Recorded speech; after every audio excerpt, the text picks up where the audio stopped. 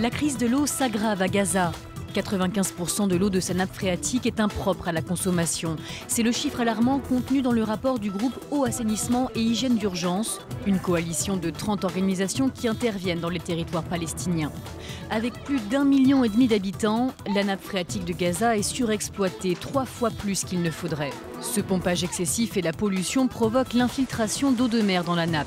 Une usine de dessalement pourrait être construite d'ici 5 ans si les fonds sont réunis. Israël a proposé de soutenir le projet. Grosse surprise pour ce groupe de paléontologues serbes. Dans une mine de charbon à ciel ouvert, ils ont découvert ce qui semble bien être un cimetière de mammouths. 7 squelettes ont été mis au jour, notamment une défense longue d'1,90 m à Kostolac, à l'est de Belgrade. Un site exceptionnel, puisque c'est déjà tout près d'ici que le squelette de Vika, un mammouth femelle, avait été déniché il y a 3 ans. Difficile de savoir combien de temps vont pouvoir durer ces recherches. Belgrade doit rendre une décision. La mine de Kostolac perd $1 million par jour à cause des fouilles. Un nouveau venu dans le paysage londonien, le tout premier téléphérique urbain du Royaume-Uni.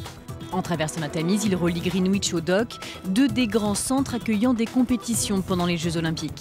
Car c'est bien là l'objectif, désengorger les transports publics londoniens cet été, alors que des centaines de milliers de visiteurs sont attendus dans la capitale. Le téléphérique pourrait transporter 2500 passagers par heure.